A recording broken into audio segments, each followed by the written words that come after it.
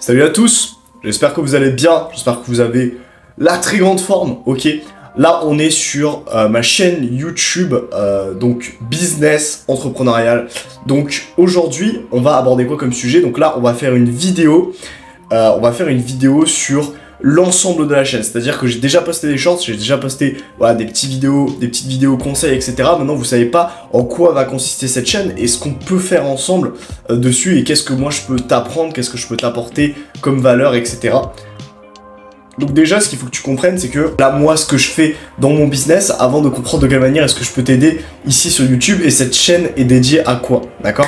Alors déjà, moi, c'est Tristan, j'ai 19 ans, et en fait, il y a un an, je suis parti en Bulgarie pour faire du business en ligne, c'est-à-dire que je suis parti loin de tout ce qui comptait pour moi, loin de mon cercle social, loin de mes relations, loin de ma copine de l'époque, loin de ma famille aussi, pour me dédier et me consacrer à 100% à mon activité entrepreneuriale, ce qui était un choix périlleux carrément. Et du coup forcément ça m'a complètement changé mon mindset parce que c'était l'expérience la plus folle que j'ai vécue de toute ma vie et c'est ce qui m'a changé à 100%. D'accord? Donc j'aimerais te communiquer moi ce que j'ai appris durant cette expérience-là et toi qu'est-ce que tu peux en retirer dans ta vie pour te sentir moins perdu, parce que je sais que ce soit la vingtaine, bon moi je suis pas encore dans la vingtaine, mais nous les jeunes on a tendance à être perdus facilement et du coup je m'adresse à toi qui est jeune, qui connaît le business, qui connaît l'entrepreneuriat, qui peut-être s'est déjà lancé ou qui ne s'est pas encore lancé mais qui a conscience de ça, qui a conscience qu'il y a qu'il y a autre chose que le système actuel, école, études, travail, d'accord? Donc je suis sûr que tu en es conscient qu'il y a ça si toi tu me regardes, et du coup cette vidéo est adressée à toi pour te donner des conseils pour faire en sorte que tu te retrouves un peu plus, que tu te retrouves dans mon parcours et que tu puisses en tirer des leçons pour toi, pour ton avenir, pour ton futur, et que tu sois en capacité d'aller plus vite, d'accélérer ta réussite et ce que tu veux accomplir dans ta vie. D'accord? Comme ça, c'est dit. Déjà, premièrement, moi, je vais te conter mon histoire. D'accord? Je vais te conter ce que j'ai vécu en Bulgarie, les bons points comme les points négatifs. Donc voilà, tout ce que j'ai vécu. Et toi, de quelle manière est-ce que tu vas pouvoir évoluer grâce à l'expérience que j'ai vécue moi? Et de quelle manière est-ce que tu peux appliquer et mettre des choses en place concrètes dans ta vie d'étudiant, de jeune, d'entrepreneur. Ok? Donc déjà ce qu'il faut savoir, en fait la raison pour laquelle j'étais parti en Bulgarie, alors ça peut paraître risqué, ça peut paraître complètement fou de faire ça, pourquoi la Bulgarie, pourquoi le mec n'est pas parti en Italie, pourquoi il n'est pas parti en Grèce? Bah écoute, en fait c'est très simple, moi en fait à la base, donc là je venais d'avoir 18 ans à ce moment là, et j'avais 17 ans quand j'ai commencé l'entrepreneuriat, donc c'est quand même un âge assez jeune, même si en prenant du recul, j'aurais pu me lancer plus tôt, donc si tu regardes cette vidéo et que tu as 16 ans, frérot, lance-toi, mais des choses concrètes, ne passe pas ta vie à jouer aux jeux vidéo, c'est pas ce qui va te rendre heureux. Du coup, en fait, j'ai commencé l'entrepreneuriat à 17, et jusqu'à 18, j'ai connu plusieurs groupes, plusieurs cercles d'entrepreneurs, et du coup, j'ai commencé à travailler avec eux, et d'ailleurs, je travaillais dans une agence de closing, ça s'appelle, je sais pas si tu connais le terme, mais du coup, le closing, c'est quoi?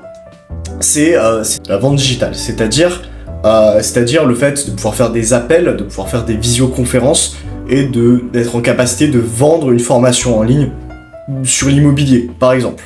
D'accord? C'est le closing.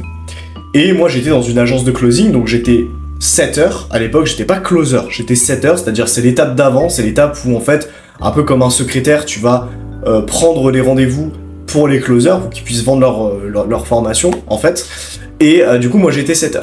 Et en tant que setter, j'étais dans mon groupe, j'avais un groupe de setters, j'avais un groupe de closers, j'avais un manager, et je me suis lié d'amitié avec plusieurs personnes au sein de ce groupe-là, et d'ailleurs je me reconnaissais dans ces personnes-là, puisque ces personnes partageaient les mêmes opinions que moi, les mêmes ambitions que moi, la même vision que moi sur l'entrepreneuriat, sur le business, et en fait on avait tous la même passion. En fait, moi je me levais le matin, je pensais qu'à une seule chose, c'était faire mon business, c'était faire du setting, c'était faire du closing, c'était découvrir le monde de l'entrepreneuriat, et j'avais de la joie à faire ça. Et un petit peu comme Luffy dans One Piece, moi j'avais mon One Piece, j'avais la raison pour laquelle je me levais le matin, et j'étais hyper motivé parce que je m'étais déjà matrixé entre guillemets avec plein de vidéos, je m'étais éduqué pendant des années sur le business, sur l'entrepreneuriat sans jamais me lancer.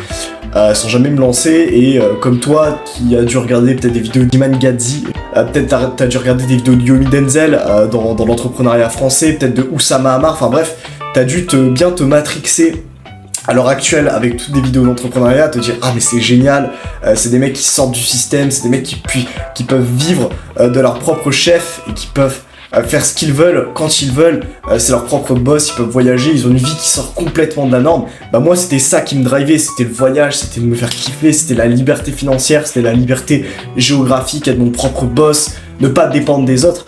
Et c'était ce qui me drivait, et c'était mon One Piece en fait, un petit peu comme dans Luffy.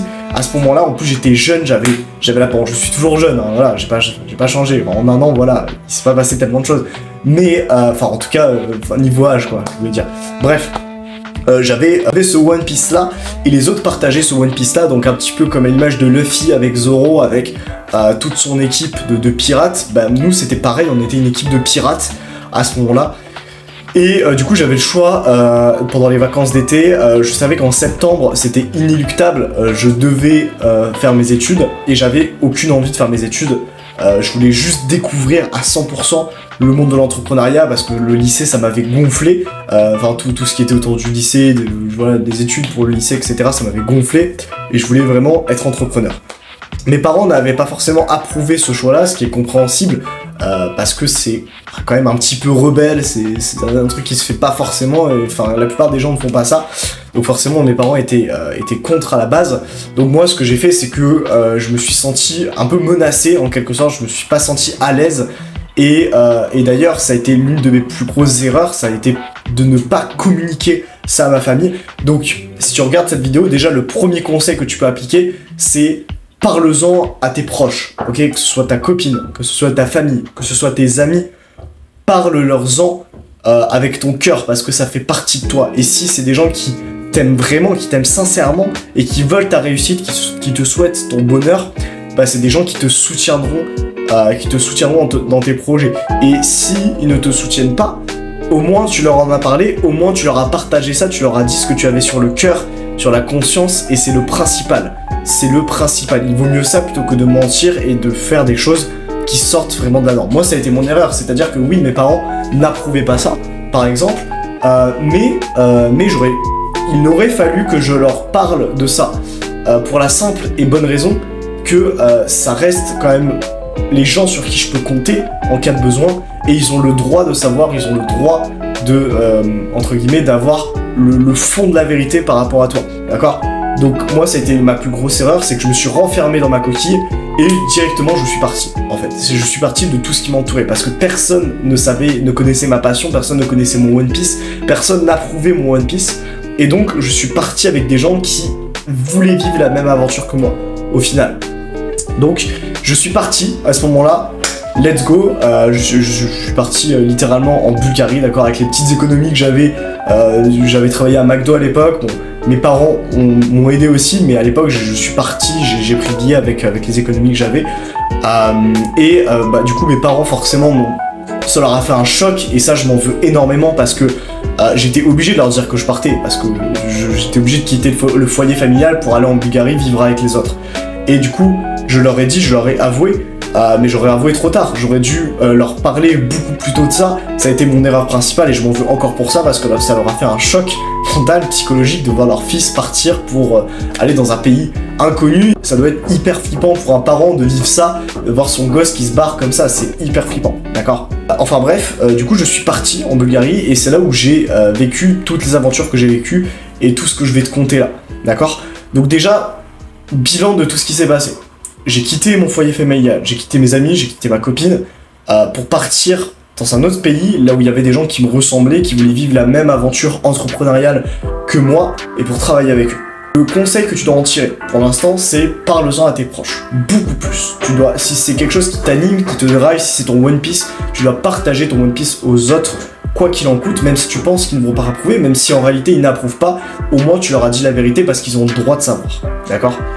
Déjà, et ça va te soulager d'un poids. En plus de ça, il faut pas que tu sois seul à porter le fardeau, ok? Partage le plus possible tout ça. Voilà. Donc je suis parti en Bulgarie, c'est là où j'ai vécu toutes les aventures que j'ai vécues, puisque je vivais en coloc. À ce moment-là, j'avais pas le choix parce que j'avais pas l'argent, donc je vivais en coloc, en plus avec l'aide de mes parents, que je remercie encore à l'heure actuelle de m'avoir soutenu financièrement, malgré le fait que je me sois mis tout seul dans cette situation. Ils m'ont bien aidé à vivre cette expérience. Donc je me suis expatrié en quelque sorte. Je suis allé avec ses potes, entre guillemets, avec ses potes du business. Et c'est là où j'ai commencé à vivre plein d'expériences. J'ai commencé à me donner à fond, à me donner à 100% dans cette activité-là, parce que j'avais que ça à faire aussi. Je rappelle que je suis arrivé en Bulgarie, je connaissais pas la langue, je connaissais pas la culture locale, je connaissais rien de chez rien. Enfin bref, c'était quand même assez effrayant quand on arrive. C'est hyper flippant quand on a 18 ans et qu'on est face à ça, face à un pays inconnu, quoi, littéralement, à une aventure inconnue. Et moi, j'étais déterminé, j'avais cette flamme de tout réussir, cette flamme d'aller accomplir ce que je veux accomplir, ok. Et du coup, je me suis donné à fond, malgré tout. J'ai fait des rencontres, j'ai rencontré des entrepreneurs comme moi, j'ai rencontré des closers, j'ai rencontré des setters, j'ai rencontré des managers de vente, des personnes qui faisaient le même business que moi. D'ailleurs, j'ai vécu en coloc avec certains. Et c'est comme ça que j'ai pu déjà me lier d'amitié, forcément. J'ai créé des liens très forts à ce moment-là, d'autres parce que déjà on partageait le même One Piece, donc entre guillemets, donc la même aventure, la même vision de l'entrepreneuriat. On avait à peu près le même âge, même s'il y en avait quand même certains qui étaient quand même beaucoup plus vieux que moi. Forcément, je faisais partie, j'étais le plus jeune à ce moment-là, j'étais le plus jeune de l'équipe, parce que je venais à peine d'avoir 18 ans. Du coup, c'était une expérience assez intéressante, puisque j'ai fait de grosses amitiés, d'autant plus qu'on vivait ensemble, hein, parce que je le rappelle, je vivais avec certains étant donné que j'étais en coloc, donc j'ai créé de plus en plus d'amitiés, tu t'en doutes, et des amitiés très très fortes, et donc j'ai commencé à travailler énormément, et c'est la période de ma vie, je pense, où j'ai le plus bossé de toute ma vie, avant que ce soit le collège ou que ce soit le lycée, j'avais jamais bossé autant que j'ai bossé en tant qu'entrepreneur. Et c'était énorme parce que on passait nos journées à faire ça. On travaillait dans un coworking que je n'avais d'ailleurs pas les moyens de me payer à l'époque. On travaillait dans un coworking et grosso modo de 7h du matin jusqu'à 23h le soir, on faisait que ça. En fait, c'était notre vie, littéralement. Et j'ai vécu ça pendant des semaines, voire même des mois en fait, hein. Je suis resté 3 mois au total en Bulgarie. Et que ce soit l'expatriation, que ce soit la colocation, que ce soit le travail, ça a été l'expérience la plus folle en fait de toute ma vie. Et s'il y a une deuxième leçon que tu dois en retirer de ça, c'est que, et là du coup ça va être un point positif, c'est que le fait de travailler avec des personnes qui te ressemblent, avec des personnes qui partagent la même vision entrepreneuriale, le même côté aventureux, la même soif de succès que toi, bref, des personnes qui te ressemblent, travailler et vivre avec des personnes qui te ressemblent, ça va t'élever. Et ça va t'élever comme jamais, ça va te permettre d'atteindre des résultats que tu n'aurais jamais pensé pu être atteignables. Avant, je travaillais tout seul dans ma chambre, et là j'étais en compagnie d'autres personnes, en coloc, etc.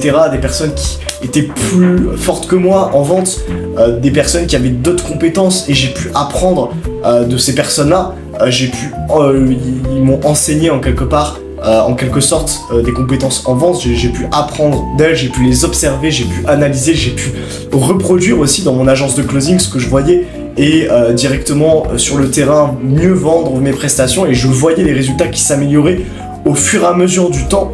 Et c'était phénoménal parce que c'est là où j'ai gagné vraiment mes premiers euros, mes premières centaines d'euros en ligne, et c'était déjà quelque chose de fou pour moi à l'époque, ne serait-ce que gagner 200, 300 euros en ligne grâce à cette activité-là, ça me faisait dire que c'était possible en fait, et que c'était pas juste un rêve, que c'était pas une illusion, que les autres autour de moi qui croyaient pas en moi avaient tort de ne pas croire en moi, et du coup je me sentais surpuissant en fait, parce que il y avait l'effet de groupe qui venait, l'effet de groupe, le fait que j'apprenais d'eux, le fait que je gagnais mes premiers euros en ligne, c'était phénoménal, et je montais en compétence de jour en jour, je montais en puissance de jour en jour. Donc ça c'est pour le côté positif, donc retiens bien, deuxième leçon, ça va être t'entourer de personnes qui te ressemblent et qui partagent la même vision que toi. Ça va t'élever de fou furieux, et ça va te permettre d'atteindre des résultats que tu n'aurais jamais pu penser atteindre, d'accord ?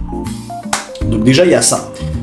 Ensuite, je parlais de la partie un peu plus négative, c'est que en fait le fait de vivre cette expérience-là en Bulgarie, en fait il y avait que le travail qui comptait. Il y avait quasiment que le travail, il y avait quelques fois où on sortait quand même dans la semaine, mais il y avait, la plupart du temps on faisait que bosser. Et c'était quelque chose qui m'a déséquilibré complètement à tous les niveaux. Et je parle même au niveau de mon équilibre mental et psychologique. C'était quelque chose que j'aurais pu faire peut-être, que j'ai fait pendant des mois et des mois, mais c'est pas quelque chose qui est tenable sur le long terme, parce que t'es loin de tout en fait, t'es loin de ta famille. En plus en Bulgarie, à part le groupe de Français dans lequel j'étais, y a que des étrangers quoi, il y a des Bulgares, il y a des Anglais, enfin, il y a que des étrangers, donc ça a amené à quoi? Ça a amené à l'exclusion sociale. Donc j'avais juste ce groupe-là d'entrepreneurs, mais mis à part ce groupe-là, il n'y avait rien ni personne. Il n'y avait pas de famille, il n'y avait pas de potes, il n'y avait pas d'amis, il n'y avait pas de copines. Bref, donc tout mon équilibre psychologique était complètement atténué, en fait, hein, complètement atténué, complètement explosé. Et donc si je devais me donner un conseil, ça serait ne te déséquilibre pas à ce point-là. Tu n'es pas obligé, pour avoir des résultats, de faire des choses comme ça qui on va dire qui te déséquilibrent psychologiquement. En fait, ça. D'ailleurs, moi, peut-être que j'aurais été quelqu'un d'autre, j'aurais arrêté et je serais tombé en dépression, quoi. Donc, faut vraiment faire attention par rapport à ça. Je suis content, je suis heureux d'avoir fait cette expérience, mais c'est pas quelque chose que je conseillerais à tout le monde et je te le conseille pas d'ailleurs. Alors, tu peux voyager, hein, là n'est pas la question, mais garde toujours un équilibre sain au niveau de tes relations, au niveau de ton équilibre mental. J'avais besoin de périodes de repos que je ne prenais pas, je prenais aucune période de repos quasiment. Prends des jours off, prends des périodes de repos, prends le temps vraiment de te poser avec toi-même, peut-être de méditer, de réfléchir à ton avenir, enfin bref. Prends tous ces temps de pause, c'est hyper important. Prends 1 ou 2 jours off dans la semaine, minimum. C'est vraiment le principal si tu veux évoluer sainement et activement sur les prochaines semaines, sur les prochains mois. Et c'est ce qui va te faire tenir. Attention, moi ça m'a élevé de fou, mais de l'autre côté ça m'a aussi déséquilibré sur ces choses-là. D'accord ? Donc voilà, donc en résumé, j'ai vécu ça, j'ai travaillé énormément, j'étais avec mes proches. Enfin, j'étais avec les personnes qui travaillaient avec moi, j'ai pris en compétences, j'ai gagné de l'argent et du coup, je me suis fait quand même une grosse expérience.